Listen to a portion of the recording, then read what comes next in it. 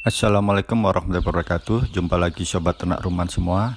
Ada pertanyaan, Pak, pakan yang sudah difermentasi apakah bisa dicetak untuk pelet, berbentuk pelet maksudnya, dan bisa disimpan? Kalau nggak ada mesin cetak pelet bagaimana? Lalu bagaimana Bapak sendiri selama ini mengolah pakan hasil fermentasinya? Dan bagaimana dengan kadar air? Berapa persen pakan fermentasi olahan milik Bapak selama ini? Terima kasih atas jawabannya. Jadi begini, ini saya tunjukkan contohnya, saya sedang menjemur pakan. Jadi pakan yang dijemur ini awalnya adalah pakan yang sudah difermentasi. Bisa 3 hari, bisa juga seminggu. Kemudian kita cetak dengan mesin pelet. Kebetulan kita punya mesin peletnya.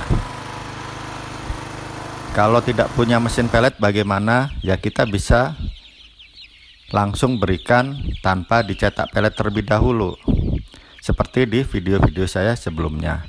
Lalu kenapa harus dicetak pelet? Kalau dicetak dengan mesin pelet seperti ini kita harus mengurangi kadar airnya. Jadi kalau kita bisa menyimpan lebih lama lagi, kita kurangi kadar airnya dengan prosentasenya. Standarnya SNI adalah 14% maksimal kadar airnya agar bisa disimpan, agar awet disimpan 3 hingga 4 bulan, bahkan ada juga yang sampai 6 bulan. Jadi seperti ini. Kadang kita kadar air juga tidak sampai 14, kita ada yang 10%, ada juga yang 12%. Jadi mesin peletnya itu seperti ini. Ini mesin cetak pelet 3 roller. Ini contoh saja, kapasitasnya 200 kg per jam. Tapi itu juga tergantung settingan panjang pendeknya bentuk pelet yang keluar dari mesin. Semakin pendek bentuk pelet, maka semakin sedikit hasil produksinya. Bisa sekitar 100 kg per jam. Saya belinya mesin ini secara COD, harga sekitar 6,7 juta, itu relatif ya, masing-masing tempat berbeda. Jadi barang ini dipesan dari Jawa Timur kemudian dikirim ke Jawa Tengah. Jadi saya anjurkan barangkali Anda memesan mesin-mesin seperti ini, lebih baik sistemnya COD. Jadi kita pesan, kemudian barang datang, kemudian kita bayar COD-nya ke pihak JNT. Kemudian kebetulan kita dikirimnya lewat JNT, kita bayar ke mereka setelah barang kita terima. Jadi insya Allah aman. Kemudian bahan yang sebelum dicetak ini seperti ini ya, bahannya masih berupa serbuk ya, butiran, seperti di video-video sebelumnya kan seperti ini kita fermentasi, dan ini masih mengandung sekitar antara 30 hingga 40% kadar airnya kalau tidak dicetak pelet ya, sebelum dicetak pelet. Jadi ini kita masukkan ke mesin pelet, hasilnya seperti ini. Nah ini bisa kita simpan, kemudian biasanya kita jemur dulu ya untuk mengurangi kadar air. Dijemur itu untuk mengurangi kadar air, jadi dia keras, disimpannya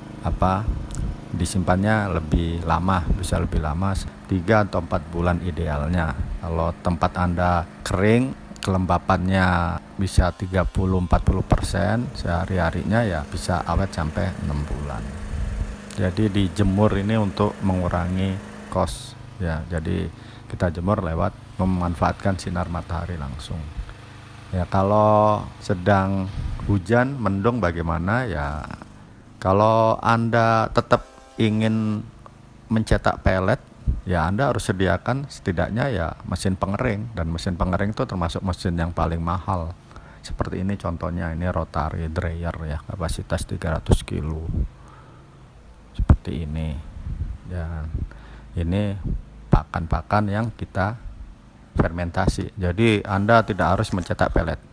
Pakan fermentasi ini kita berikan langsung ke ayam juga tidak masalah, karena saya juga seperti itu, sehari-harinya itu seperti itu. Kenapa harus dicetak pelet? Karena kadang bahannya banyak kan, kalau kita simpan semuanya fermentasi terkadang terlalu lama, jadi sebagian kita cetak biar kita bisa simpan kering. Kalau tanpa dicetak, misalkan bahan ini kita keringkan tanpa dicetak pelet ya tidak masalah. Sama saja ketika bahan itu kadar airnya standar SNI-nya itu kan maksimal 14%, Anda bisa keringkan 14% hingga kadar airnya 14% atau di bawahnya, ya lebih baik nggak apa-apa. Jadi setelah difermentasi misalkan seminggu atau 3 hari, minimal 3 hari fermentasi, kemudian atau seminggu masih banyak bahannya, kita simpan 2 minggu, 1 bulan apa enggak, ya nggak masalah. Masing-masing bahan tuh berbeda, masing-masing bahan yang difermentasikan punya kekuatan yang berbeda. Jadi kita udah 2 minggu nih kelamaan, ayamnya nggak terlalu banyak, bahannya masih banyak, yaitu bisa kita alternatifnya kita kurangi kadar airnya. Jadi kita jemur, kita simpan lebih lama, atau kita cetak pelet seperti ini, ya kan. Kalau kita jual, bagaimana kita jual ya berarti kan Anda perlu perizinan tersendiri, ya. Kalau untuk ternak Anda sendiri atau komunitas Anda sendiri tidak masalah, ya. Untuk kalangan sendiri artinya itu kan tidak masalah, tapi kalau Anda jual secara umum ya butuh perizinan. Dan sekarang Anda bisa membuat perizinan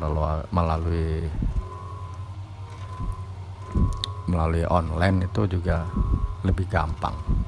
Sekarang perizinan tuh lebih gampang, ya. Sejak ada undang-undang cipta kerja itu, untuk perizinannya lebih gampang lagi. Anda bisa urus online, jadi bahan-bahan seperti ini. Kemudian ini kita berikan juga langsung ke ayam. Saya juga berikan langsung. Jadi ada yang setelah fermentasi seminggu atau 3 hari kita berikan, ada juga yang kita simpan seperti ini. Jadi kita simpan terlalu lama, kita juga berikan yang sudah berbentuk pelet seperti ini, ya. Tergantung fleksibel saja, itu aja.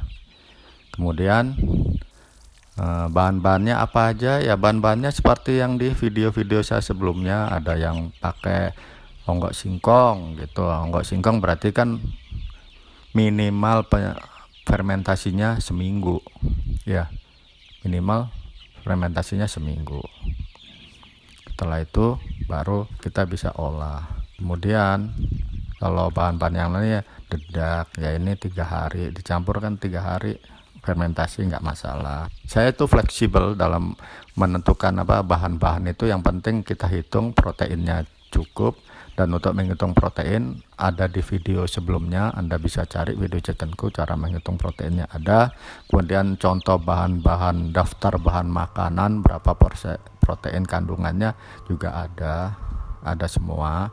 Nah, di video ini hanya saya jelaskan ini loh, kalau kita cetak, kita menggunakan mixer. Ada mixer kecil seperti ini, ada juga mixer besarnya. Kalau pakai mixer kecil ya seperti ini kapasitas 50 kg.